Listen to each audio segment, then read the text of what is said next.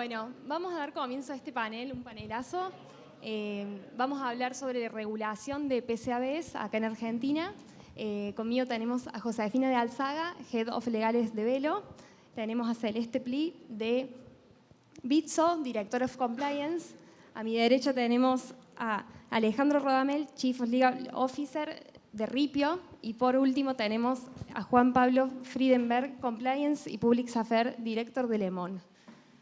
Bueno, tuvimos hace un ratito el panel en donde tuvimos a Roberto Silva, presidente de la Comisión Nacional de Valores, hablando un poco de la nueva regulación que salió, la nueva Resolución General 1058.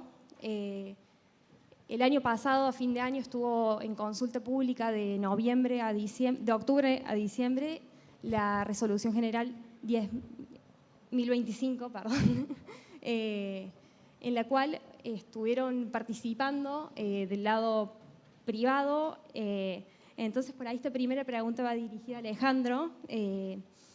Tenemos el entendimiento que estuvieron participando en esta normativa, en esta consulta, y queríamos saber por ahí qué percepción tienen sobre la resolución que salió finalmente, si era lo que esperaban y qué cambios impone esta normativa en la forma, en la operativa de los PCABs.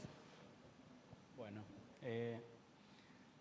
gracias a todos también por la invitación y por estar acá escuchando este tema que seguramente les apasiona. La regulación que terminó saliendo tiene como un background mucho más antiguo, que es, como seguro se acordará Juanpi también, que estuvimos laburando mucho desde la Cámara FinTech, viene del gobierno anterior, de hecho. Entonces hay muchas cláusulas de la nueva resolución general que algunas veces están inspiradas, otras veces están directamente sacadas del proyecto del gobierno anterior, que era bastante malo en general. Por suerte quedó como lo mejorcito, y la verdad que la CNB de Silva, la primera regulación que sacó, que fue la 944, no me acuerdo el número. 994. La 994, esa fue como sorpresa para todos porque apareció una regulación y nos quedamos todos más o menos tranquilos porque era una regulación bastante básica, ¿no? Más o menos una inscripción en el registro. Sabíamos que venía la regulación 2.0, la verdad que hubo bastante participación público-privada en la elaboración de la norma y salió algo bastante bien, digamos, ¿no? Que en línea también con el objetivo de la CNB de proteger al inversor, me parece que refleja bastante bien eso. Las primeras versiones era como que tenían el vicio de tratar de equiparar mucho a la industria cripto al mercado regulado, en cosas que por ahí no tenían mucho sentido, pero eso se fue ayornando bastante bien y se incorporan bastantes obligaciones en relación a la custodia, que por ahí, que en cripto es mucho más crítico, porque es básicamente un honeypot online para que venga gente y quiera atacarte, ¿no? Y el tema de la custodia y la seguridad tecnológica es muy importante. Eso está bastante extensamente tratado en la reglamentación. El scope, de alguna manera, está limitado por lo que le establece la ley, que le otorga la competencia a la CNB sobre este tema, que es la modificación a la ley de prevención de lavado, ¿no? Entonces, lo que le dice a la CNB es: vos estás encargado de regular a los proveedores de servicios de activos virtuales, que son estos, ¿no? No le da potestad para regular a los activos virtuales, pero sí a los proveedores. Y básicamente lo que dice la ley es, para ser un proveedor vos tenés que tener dos requisitos sustanciales y tenés que realizar algunas actividades. Los requisitos sustanciales son que lo tenés que hacer como negocio y lo tenés que hacer por cuenta y orden de un tercero, ¿no? Entonces, si vos lo haces por cuenta propia o no cobras por lo que haces, no vas a ser un proveedor, independientemente de que tengas un exchange, básicamente, ¿no? También todo lo que es servicios basados en infraestructura que le das la private key al usuario y que vos no te la quedás, tampoco cae como proveedor, ¿no? Y la nueva reglamentación toma un poco eso, porque de hecho hay dos cosas nuevas que no estaban antes, que es protocolos DeFi, por ejemplo, considera que no son proveedores de servicios de activos virtuales, y las billeteras de autocustodia dice que tampoco son proveedores de servicios de activos virtuales, ¿no? Con lo cual me parece que eso es bastante razonable que quede claro en la reglamentación de la CNB. Después tiene algo que no estoy, hablábamos también con los chicos hace un ratito, no me queda muy bien claro que haya sido obligatorio antes, ahora es obligatorio, por ejemplo, una prueba de custodia, ¿no? No te establece qué requisitos técnicos tiene que tener esa prueba, pero dice, bueno, tenés que presentar una prueba de custodia. Y algo que desde lo jurídico llevaba mucho tiempo sin estar zanjado, que es básicamente cuál es el rol del proveedor que hace custodia. ¿Es un mandatario? ¿Es un depositario? O sea, es un contrato atípico, ¿no? El tema de la custodia cripto. Y hay una frasecita en la nueva reglamentación que dice básicamente que la custodia que tienen los proveedores es bajo el régimen jurídico del depósito, ¿no? Entonces, medio que te lo encuadra dentro del Código Civil y Comercial, y es un depósito medio raro, ¿no? Porque cripto podemos discutir si es bien cosa, para mí no es una cosa, ¿no? Pero básicamente en el derecho civil y comercial, los depósitos de cosas fungibles son depósitos irregulares. Las reglas del depósito irregular dicen que se presumen onerosos, y por otro lado, que lo que vos le das al depositario pasa a ser de propiedad del depositario. Entonces vos decís, bueno, pará. O sea, una persona que deposita su cripto en un exchange, la cripto pasa a ser del exchange. Y básicamente lo que se interpreta de la resolución es que no, porque te dice por un lado que no pasa a ser parte del patrimonio neto del exchange, y por otro lado que requerís una orden expresa del usuario para gestionar la cripto del usuario, con lo cual básicamente el exchange no podría hacer lo que quiere. Entonces tenemos como un depósito irregular medio sui generis, pero que está bueno que hayan empezado a encarar jurídicamente esto y que lo pueda ya encuadrar en algo del derecho civil tradicional, ¿no? Y después, bueno, nada, un montón de otras obligaciones, pero que quiera rescatar yo, me parece que son esos puntos y seguro van a complementar. Por ahí, José, te quería preguntar a vos en cuanto a si crees que la normativa va a generar una mayor confianza en la industria, siendo que tiene por ahí requisitos en cuanto a lo que hace a la publicación y algunas cuestiones por ahí que hacen un poco la protección del inversor. ¿Cómo veías un poco eso? Yo creo que la respuesta fácil y pronta de esa pregunta es sí, pero bueno, también, como un poco hablamos siempre en estos paneles, el consumidor cripto es un consumidor bastante que le gusta el riesgo, ¿no? Es decir, es un consumidor que viene a buscar algo distinto, si no estaría en las finanzas tradicionales. Entonces, si bien esta publicidad que la nueva normativa está previendo que uno ponga tanto en la página como en las pantallas que se van utilizando dentro de la app, va a hablar sobre la volatilidad de los activos, va a haber como un poquito más de información financiera o de educación para las personas.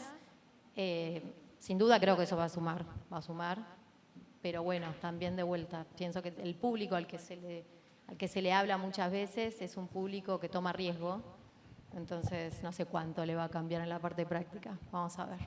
A mí me gustaría hacer una acotación también respecto a lo que es la confianza. Creo que una gran parte de nuestro negocio tiene que ver con que todavía dependemos de los proveedores de rampas, llamados en nuestra jerga, que no son ni más ni menos que los bancos y son los proveedores de liquidez y demás, ¿no?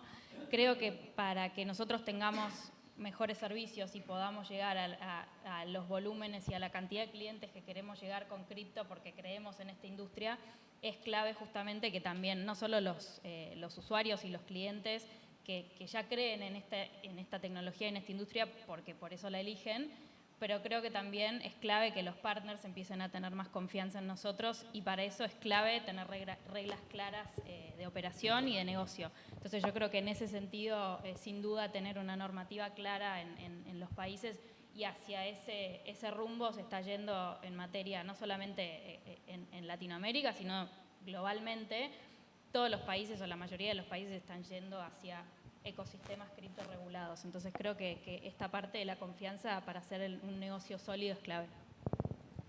Ahí por ahí te quería preguntar a vos si la regulación de UIF en cuanto a prevención del lavado de activos y financiamiento del terrorismo, ¿cómo la encuentran los PCAB? ¿Están teniendo dificultades para adaptarse? ¿En qué se encuentra? ¿En qué estado están, digamos? Perfecto.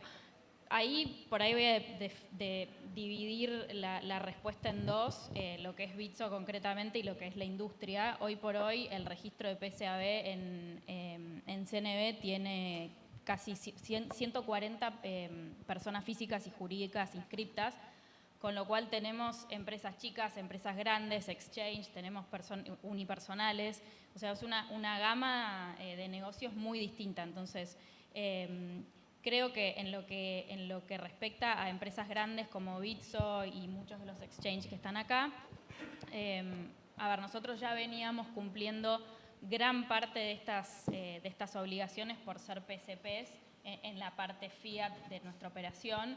Entonces, todo lo que tiene que ver con manuales, procedimientos, procesos, protección de los usuarios y demás, todo eso ya se venía cumpliendo, monitoreo de transacciones.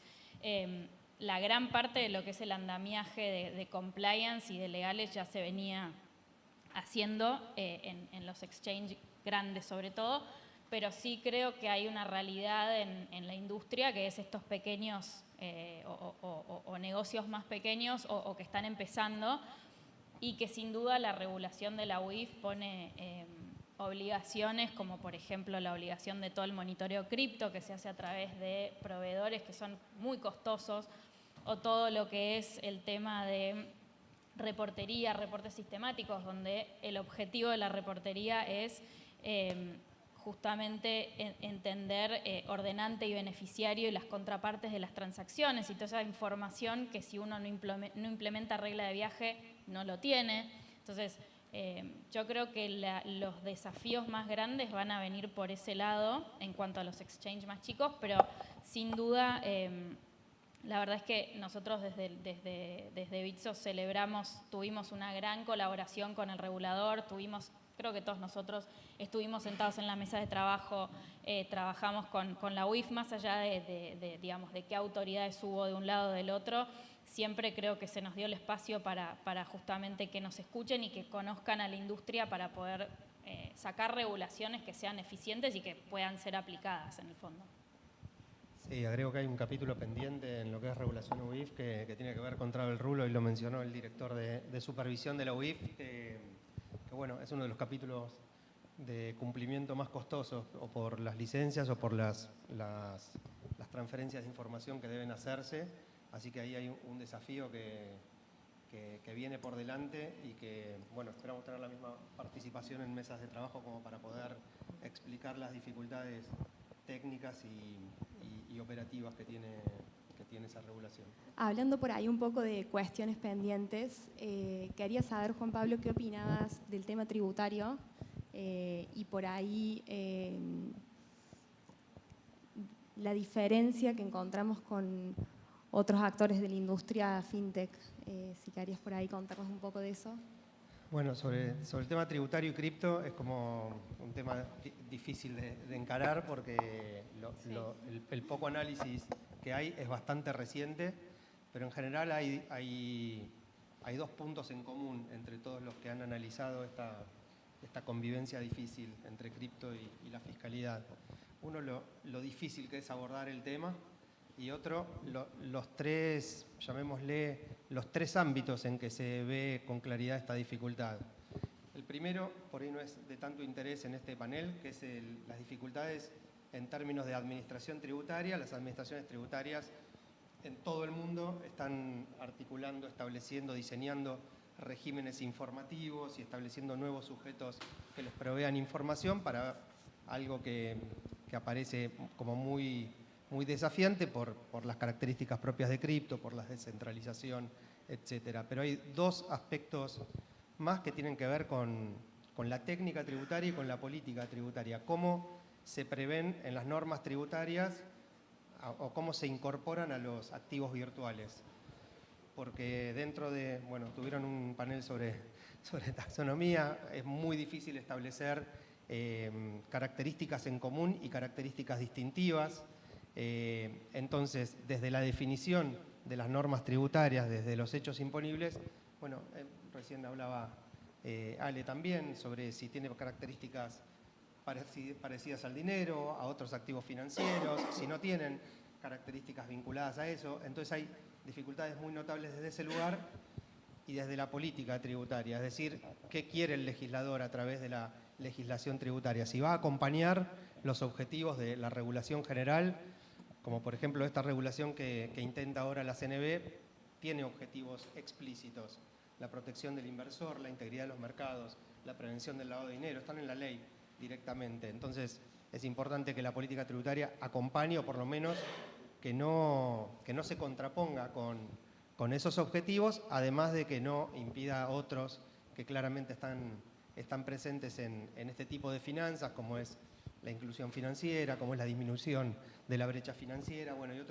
y otros valores que todos conocemos. Entonces, estos dos aspectos que mencionaba al final, la técnica tributaria y la política tributaria, generan ciertas urgencias en Argentina, porque sabemos que las pocas normas tributarias que han tratado sobre cripto no lo han hecho con muy buena técnica legislativa. La ley del impuesto a las ganancias, cuando pareciera que habla de cripto, habla de monedas digitales.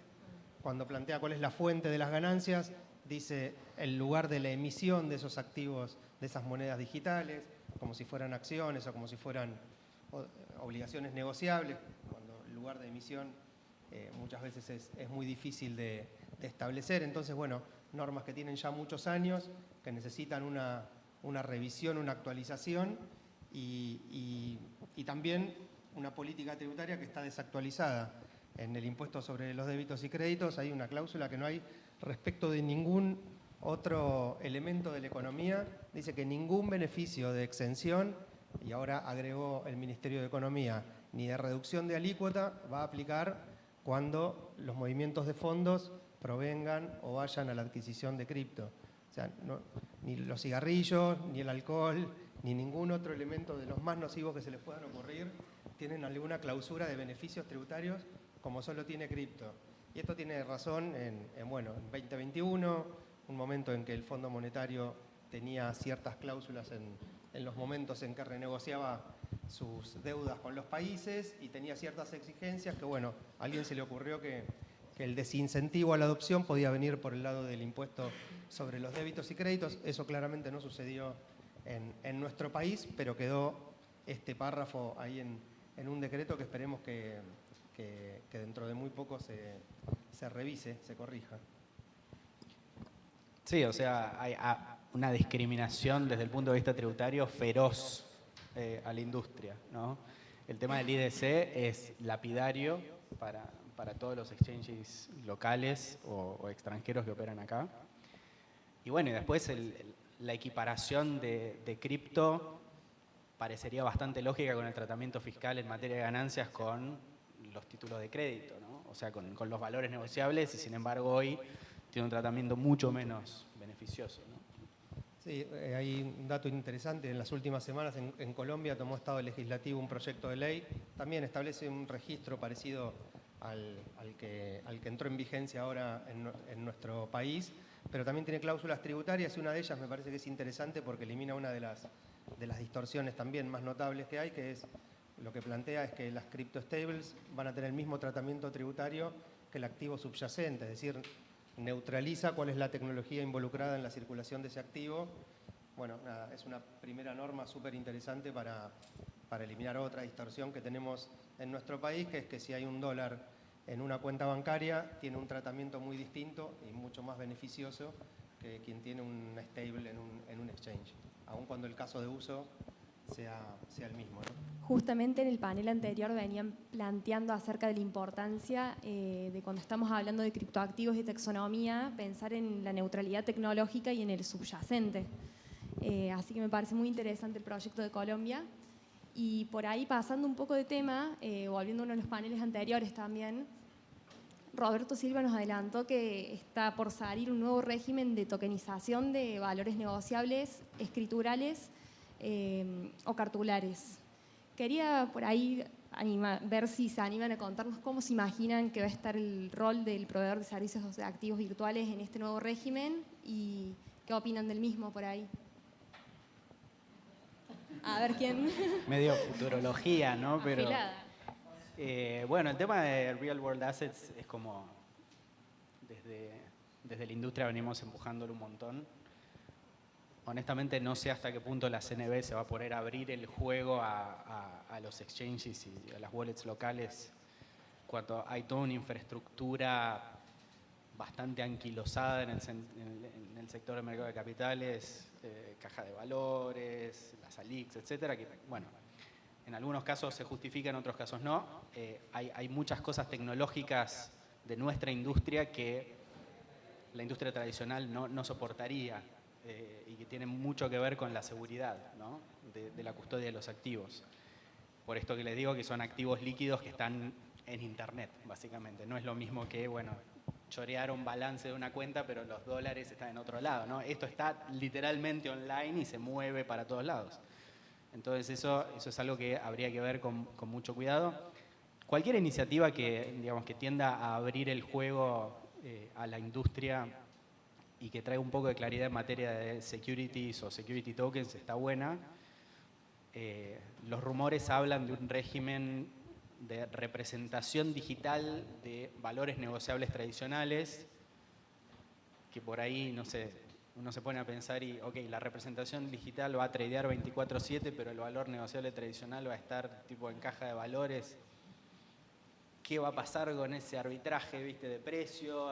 No sé, un activo es el mismo activo, pero que se negocia en dos mercados distintos, con precios distintos, no sé, medio raro. Pero me parece que lo que estaría bueno sería, de alguna manera, darle carta de ciudadanía a los security tokens propiamente dichos, que son, o sea, el valor negociable es la cripto, ¿no?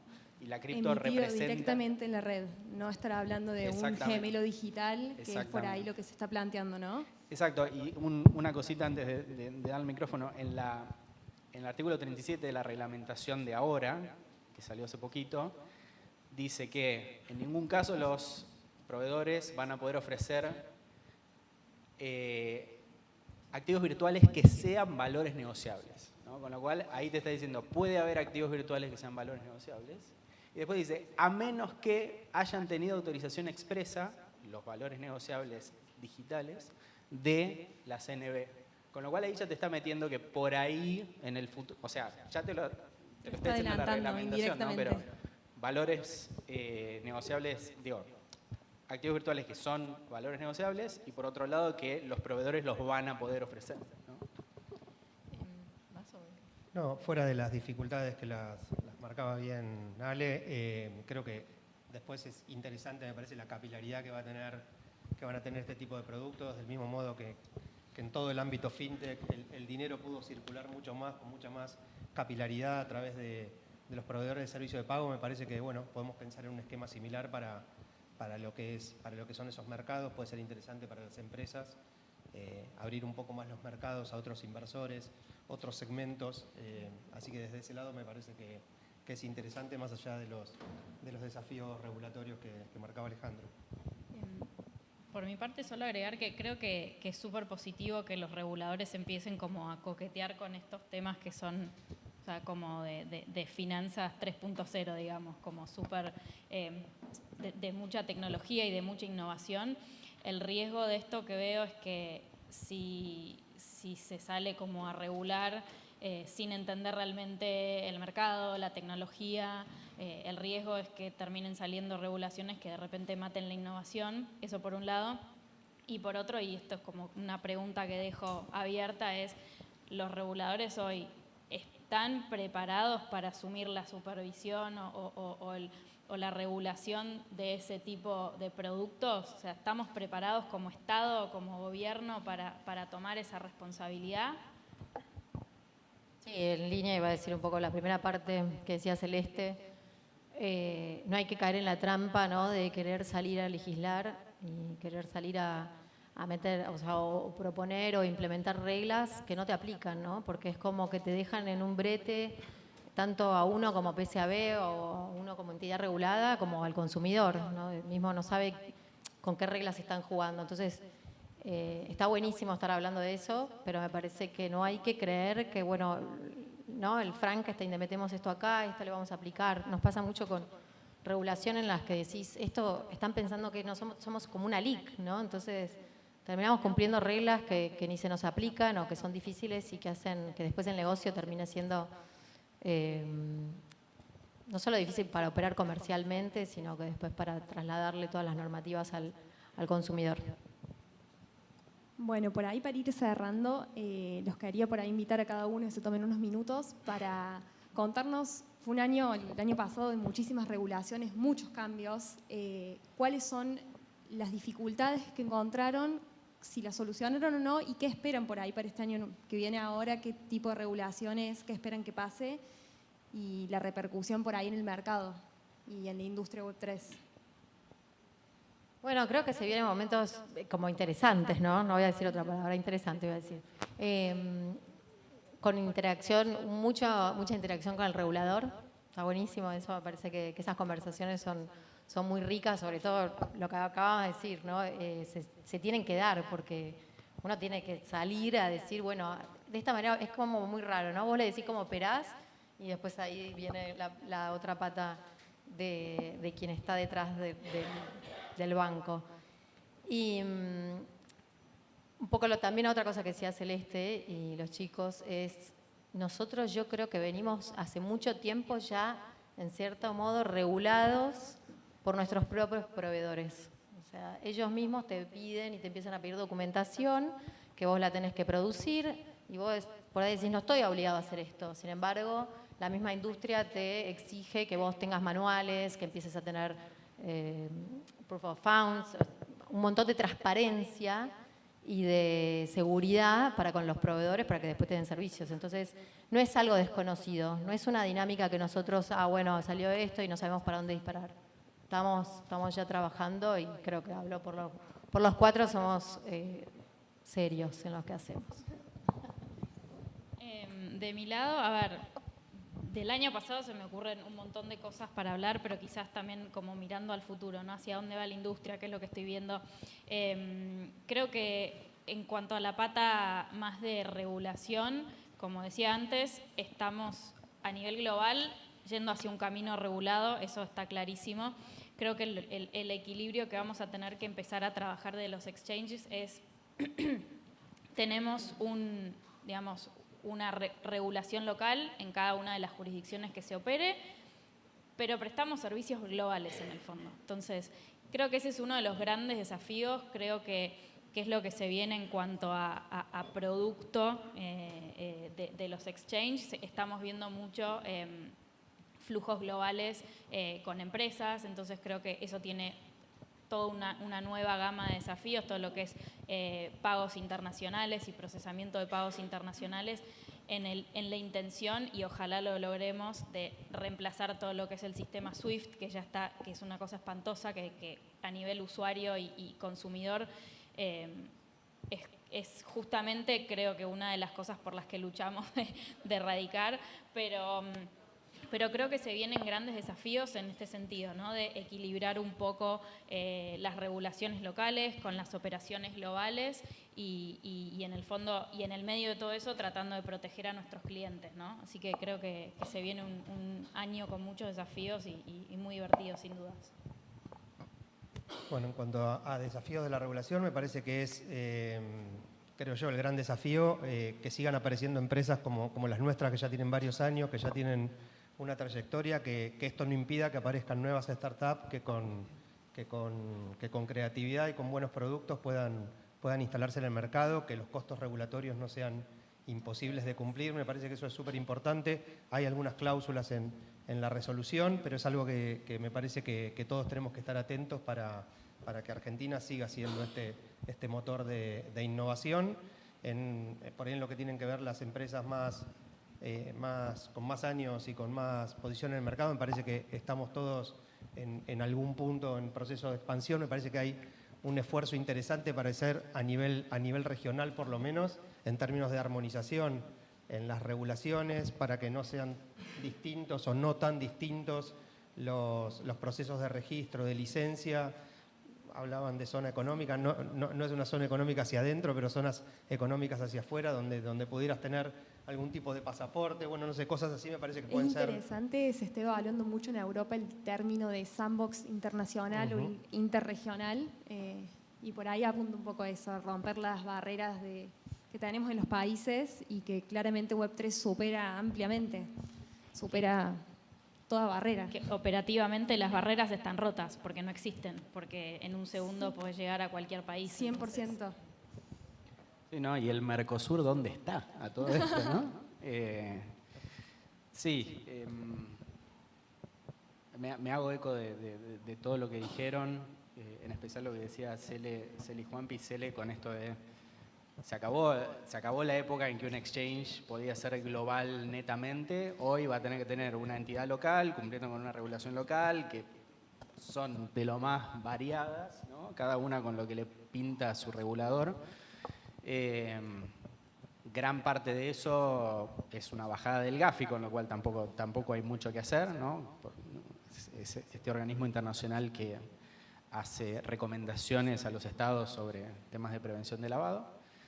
Va a ser un año de mucho trabajo. En Argentina hay muchos proveedores que prestan servicios del exterior, que en Argentina solo tenían o no tenían ninguna entidad o tenían un proveedor de servicios de activos virtuales. Hoy van a tener que o registrar la sociedad extranjera como local y empezar a someterse a las reglas de todo tipo que tiene Argentina, o constituir una sociedad local, con lo cual van a tener mucho laburo. En el caso de Ripio, nosotros siempre tuvimos todo local en todas las jurisdicciones. Claramente no es lo más eficiente, pero es algo que funcionó y que hoy por ahí nos da cierta, digamos, posición adelantada, por así decirlo, pero en definitiva va a ser un año de mucho trabajo. Lamentablemente creo que las regulaciones, como decía Juanpi, van a hacer que el mercado se achique o que se consolide, porque hoy para la CNB los únicos que cumplan con todos los requisitos pero que no van a tener que registrarse son los que operen menos de básicamente $35.000 por mes, o sea que no es nada. Así que ya la barrera de entrada es muchísimo más alta, ¿no? Pero bueno, quizás haya más desarrollos de billeteras autocustodiadas, quizás haya una explotación mucho más fuerte de smart contracts, que en Argentina hay muchísimo talento relacionado con eso. Así que veremos qué nos depara el futuro. Me hiciste acordar algo muy importante que por ahí no tiene que ver con la regulación, pero propiamente dicho, pero sí hay este tema de la regionalización. Creo que cada jurisdicción quiere tener su cuota de participación dentro de lo que es los PCAB o los exchanges, porque también hay un tema de ciberdelito, ¿no? Entonces es muy difícil enforcear por ahí políticas que combatan el financiamiento del terrorismo si vos no tenés jurisdicciones en donde tengas Competencia. redundantemente jurisdiccionalidad, ¿no? Para actuar. Entonces hay un poco también ahí de la mano que tener esas conversaciones, me parece. Bueno, con eso creo que cerramos este panel. Si alguien más quiere agregar algo. Si no, agradecerles. Por favor, un fuerte aplauso para todos.